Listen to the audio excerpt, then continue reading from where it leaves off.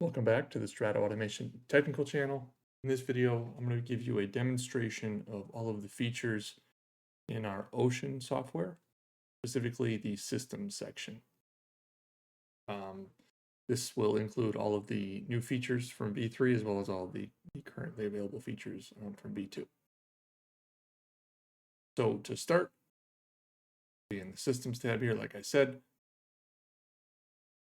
once I've connected to my BACnet network in the setup section here, so I've established this connection here, I can start bringing in devices.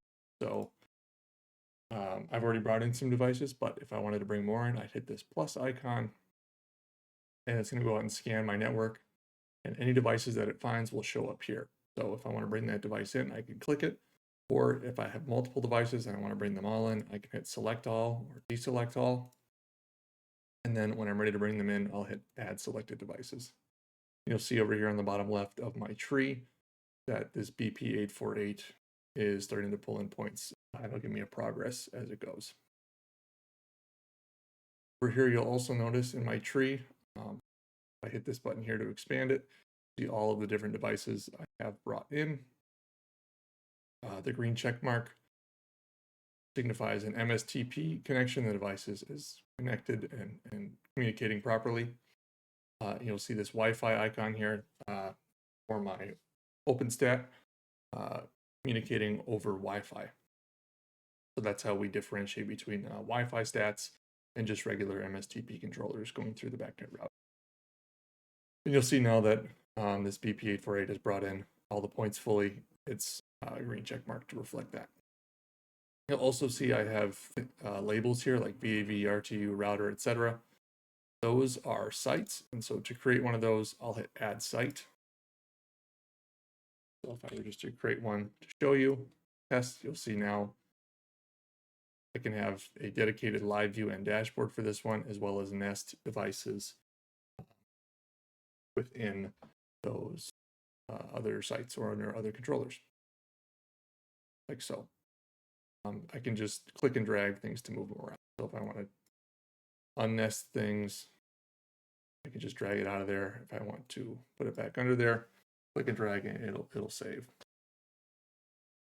If I want to remove devices, I can right click on them and hit delete, or I can select all of them and just do a wholesale deletion, or select individual devices from this as well.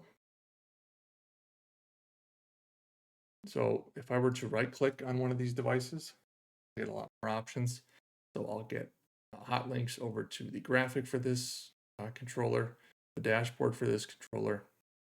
I can copy the configuration and paste it onto other devices.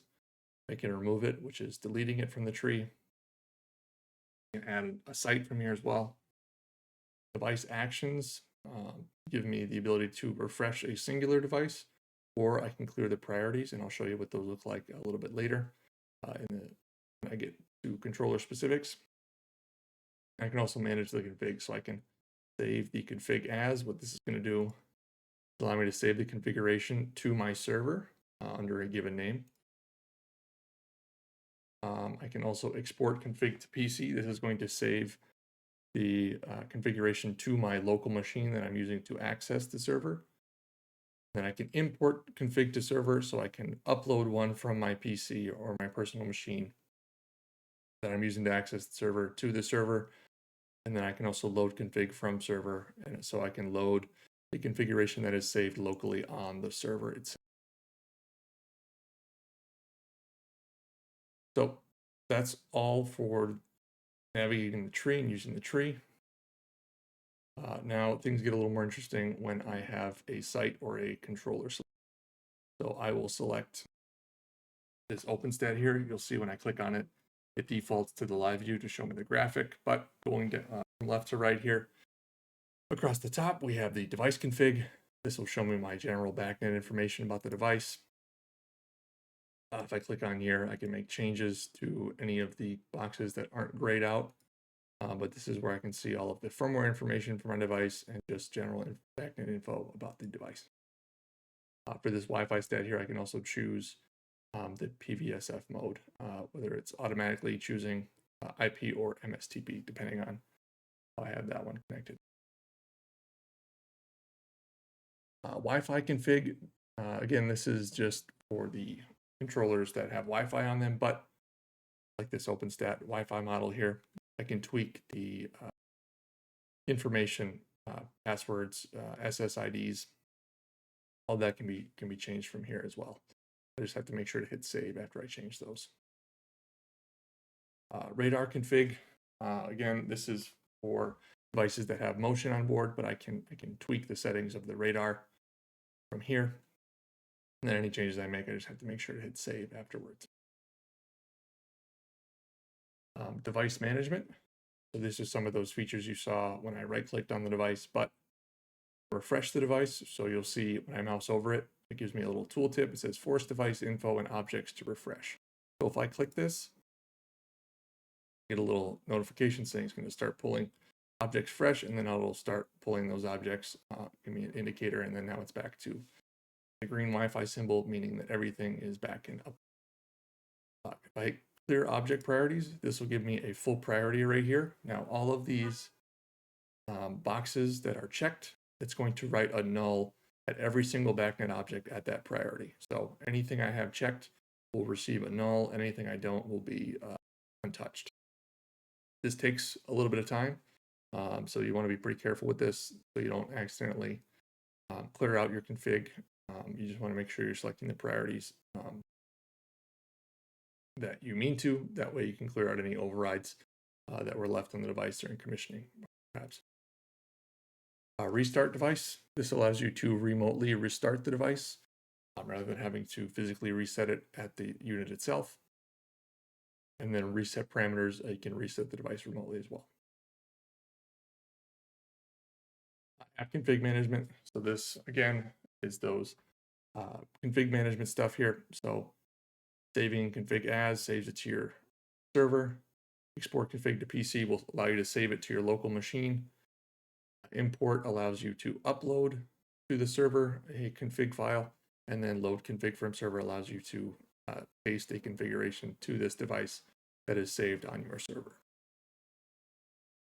Application config, this is where I'll do my configuration. So all of our first party devices have different app config menus here. So to use this, I'll just step through, choose my equipment type, the units and everything, set up my fan, heating, cooling stages, and just go through everything here. Based on my equipment type, you'll see if I go to a VAV, my app config looks a little different. So it's just going to be based on the controller you have and the options for that controller. But you'll go through just using the drop-down menus and the text box stuff. So you'll see after I change that or just even click on it, it'll give me a pass-fail on the right. You'll see an occupied heating set point, right to AB36 successful. So if that were to fail, it would give me an X and say such and such has failed. So once my controller is set up, I can move on. Moving to the objects here, I've got all of the available backnet objects for the device that I've brought in. So down here on the bottom, I can scroll through the different pages of points here to get to whatever I want to look for. Additionally, I can use these filters. These are useful for helping you drill down to specific points. So in the object ID filter here, if I just wanted to see the MSVs, I could type in MSV and it would only show me MSVs. And I can do that for any of these filters across the top here. I can also change how it's ordered, whether it's high to low or low to high. I can also click the slash through the filter thing here to get rid of the filter. So yeah, pretty useful for drilling down to see whatever you'd like. Additionally, if I right click on any of these objects that I'm looking at, I get a couple different options on first party devices.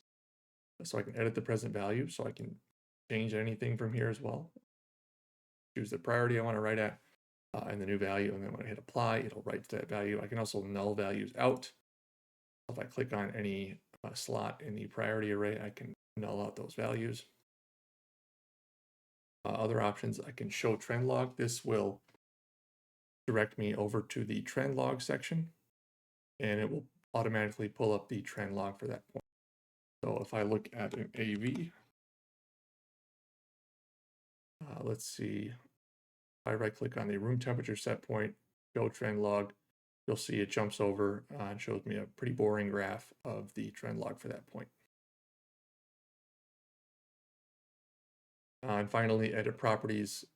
You can see more information about that point, what's going on in the background.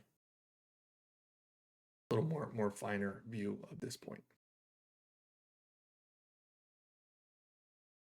For the spreadsheet, again, this is just a spreadsheet form of your points list. So useful for saving points list. You know, if I go to file here and export, I can save this to my local machine just so I can have the full points list saved locally just in case. On something like the OCR, the spreadsheet becomes pretty valuable because it allows me to change the object names to fit the application I'm using. So if I was using an OCR to do plant control through Node-RED with custom control, I could change my point list to reflect my application, and then I would just have to hit update object names. Whether I'm doing it locally on this server here or I'm exporting it to my PC, making changes to the object list and then re-uploading it using this, hit open, and then I can find the spreadsheet I've created on my local PC.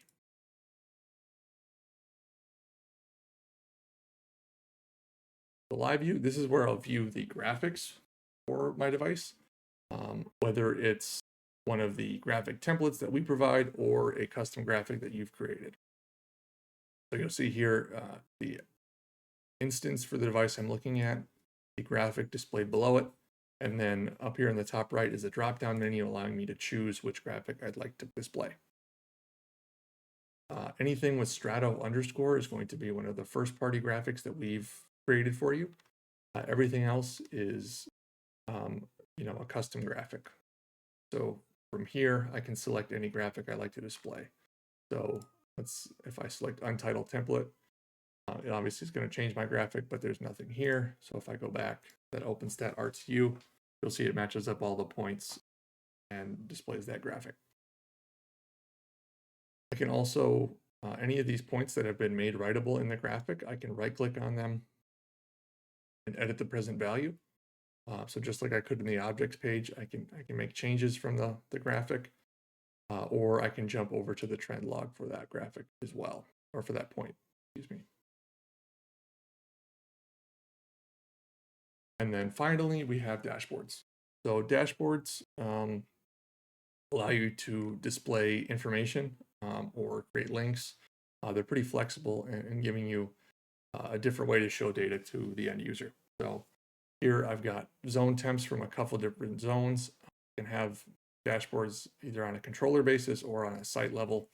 Say I wanted to throw, you know, a dashboard together for each floor in a building, and then also have dashboards for each controller, and on the dashboard for the floor, I would have all the zone temps and maybe all the set points, and then for each zone dashboard, I would have more granular data specific to that room or that zone. So here I've got a chart showing some different zone temps. I've got a picture of the unit. I've got some links to edit the schedule for this unit, and a link to the alarm console specific to this unit. Down here in the data table, I've got current values that I'm showing, the latest value updated from the chart here, and then I've got the current outdoor air temperature and the current occupancy status. So if I right click in my chart here, I can show trend log, and it will allow me to see that trend log that I've created as a display in my chart, or a display in my dashboard.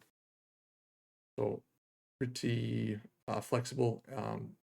We have a video covering the dashboard builder as well as the graphic builder. So if you want to see how to build these cool graphics, go check that out.